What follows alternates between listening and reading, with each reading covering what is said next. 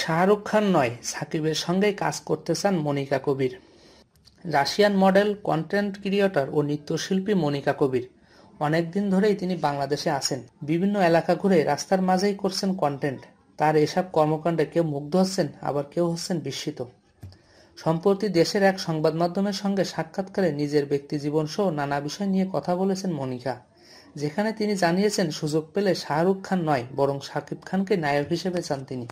সাক্ষাৎকারে মনিকা জানান, তার জীবনে এমন অনেক ঘটনা রয়েছে যা থেকে সহজেই সিনেমায় গল্প তৈরি করা যায়। উপস্থাপিকা মনিকাকে প্রশ্ন করেন, যদি তিনি সিনেমা বানান তাহলে সেখানে কোন নায়ককে চাইবেন, শাহরুখ খান নাকি অন্য কেউ?